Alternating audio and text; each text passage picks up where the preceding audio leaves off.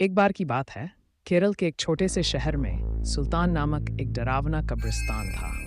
ऐसा कहा जाता था कि उस कब्रिस्तान में विभिन्न प्रकार के अलौकिक शक्तियां रहती थी। एक चांदनी रात को बिली, लूसी और रोहित तीन दोस्त कब्रिस्तान के किनारे पर एकत्रित हुए। अचानक उनको कब्रिस्तान से भयानक फुसफुसाहट की आवाज़ सुनाई दी। आवाज़ कहाँ से आ रही है, ये देखने के लिए वे हाथ में टॉर्च लेकर सावधानी से कब्रिस्तान के गेट से अंदर घुसे। जैसे ही वे कब्रिस्तान में दाखिल हुए, हवा तेज चलने लगी। अचानक उन्होंने एक इंसान को एक मकबरे के पास टहलते हुए देखा। वो उदास और खोया हुआ दिखाई दिया। इसलिए बिली, लूसी और रोहित उसके पास आए और पूछा, कौन हो तुम और इतनी रात को यहाँ क्या कर रहे हो? तो उसने जवाब दिया कि मैं एक आत्मा हूँ और मेरा नाम अकबर है। अकबर ने उन्हें उस भयानक अभिशाप के बारे में बताया जो इस कब्रिस्तान के सभी आत्माओं को परेशान करता था।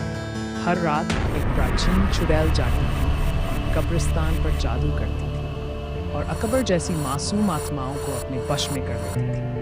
अभिशाप को तोड़ने का एकमात्र तरीका कब्रिस्तान के पीछे जंगल में एक पेड़ के नीचे छिपी हुई पुस्तिका को और आधी रात से पहले उसे नष्ट कर। जादुई पुस्तक ढूंढने की दृढ़ संकल्प बहादुर तिकड़ी अपने मिशन पर निकल पड़ी। उन्होंने अंधेरे में मकबरों के बीच रास्ता खोजा जंगल में जाने के लिए और इस बात का ध्यान रखा कि आराम करने वाली आत्माओं को परेशान न किया जाए। रास्ते में उन्हें बोन्स नामक एक शरारती छोटे कंकाल का सामना करना पड़ा जो उन्हें जादू की किताब खोजने में मदद करने के लिए तैयार हो गया।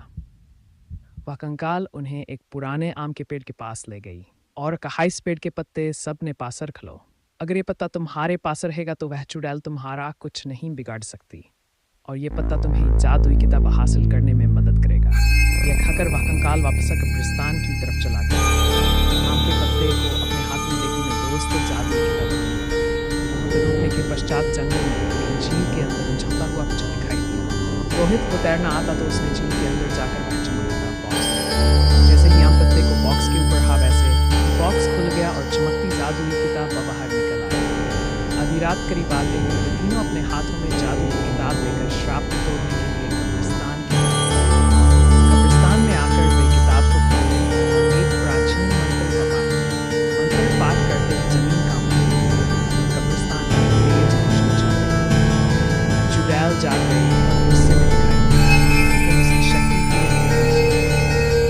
उसने बिली, लूसी और रोहित को जादुई किताब पढ़ने से रोकने के लिए जादुई शक्ति